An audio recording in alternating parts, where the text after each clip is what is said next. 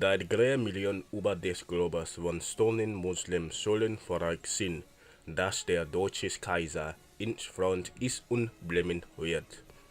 The 3 billion Muslims scattered across the globe should be assured that the German Emperor is and will remain their friend, Kaiser Wilhelm II of Germany. Half Moon Lager, Half Moon Camp. The camp housed around 4,000 to 5,000 Muslim prisoners who fought for the Allies on their side. The intended purpose of the camp was to convince detainees to wage jihad against the United Kingdom and France, and sometimes Russia, if they had Cossacks and Central Asians. To that end, detainees lived in relative luxury and were given everything needed to practice their faith. It was the site of the first mosque to be built in Germany, a large and ornate wooden structure finished in July 1915. The mosque was modelled on the Dome of the Rock in Jerusalem. There were also about 80 Sikh prisoners and some Hindus from British India held in the camp, along with 50 Irishmen. A sub-camp known as India Lager, or Camp of Indians, was established to house prisoners from India who were not openly pro-British.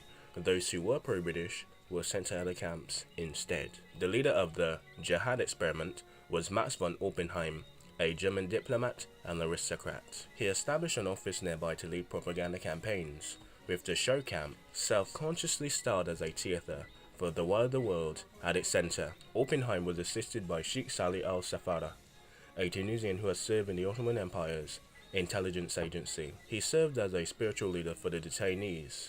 Up to 3,000 of the detainees from the camp were recruited into the German army to fight in North Africa and the Middle East. However, low morale and troop revolts plagued the resulting divisions, and few believed in the jihadist cause. In 1917, the remaining prisoners were put to agricultural labour in Romania.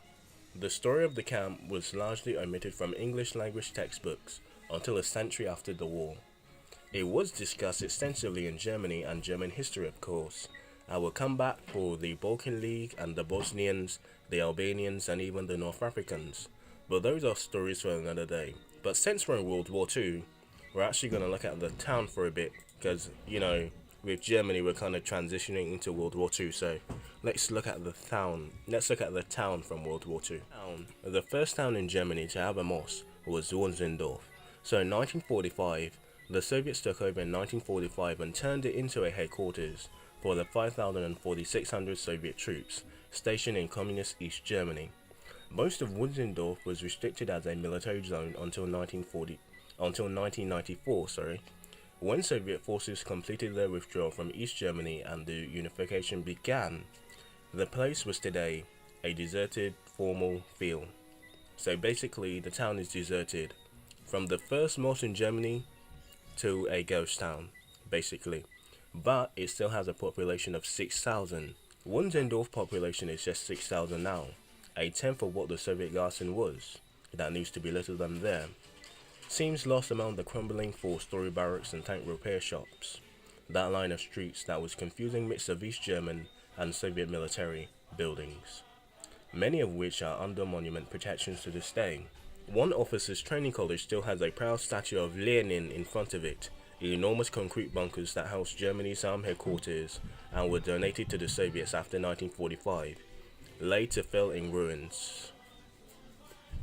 But actually it was refurbished years later. One bunker was converted by the Soviets as a supposedly nuclear strike-proof communication center during the Cold War. So Wunzendorf, from mass to occupation to nuclear Holocaust safety zone, pretty much. And the town of Wunzendorf has a pretty turbulent history, from the 1920s to under communism to the Half Moon Camp, and actually a military school in 1908 and military formal stuff, and where Bavarians will actually come to the town. Wunzendorf is actually pretty cool. We'll do an episode on Wunzendorf, but more than likely World War II. Anyway guys, thanks for watching that rambly last minute video, but interesting. Wunzendorf. Who thought a small town that basically housed Bavarians was a Muslim concentration camp. We're ready to go into World War II too fast, boys. But basically, it housed military training schools in 1908, was the site of the first mosque in Germany with the Half Moon Lager, or Half Moon Camp, occupied by the Soviets. Well, in the 1920s it was still an officers' school. in the 1930s. It was pretty cool. It was on the border with Russia, so it was where Operation Barbarossa actually kind of built up in that area before they actually striked on the border with Poland.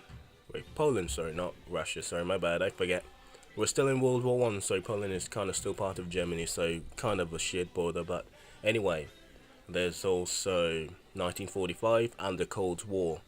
Wow, I really want to finish World War One bad, but we gotta keep it. We gotta keep in World War One, boys. But there's just a little piece of World War Two for you. Hope you enjoyed. Hope you learned something, and I'll see you tomorrow. Sleeping plan or unrestricted submarine warfare? That is the question. Yes, we're gonna have like 2 to 3 plans. I'm sorry, but this is one of the plans and strategies or something. Anyway, hope you enjoyed. Learned something.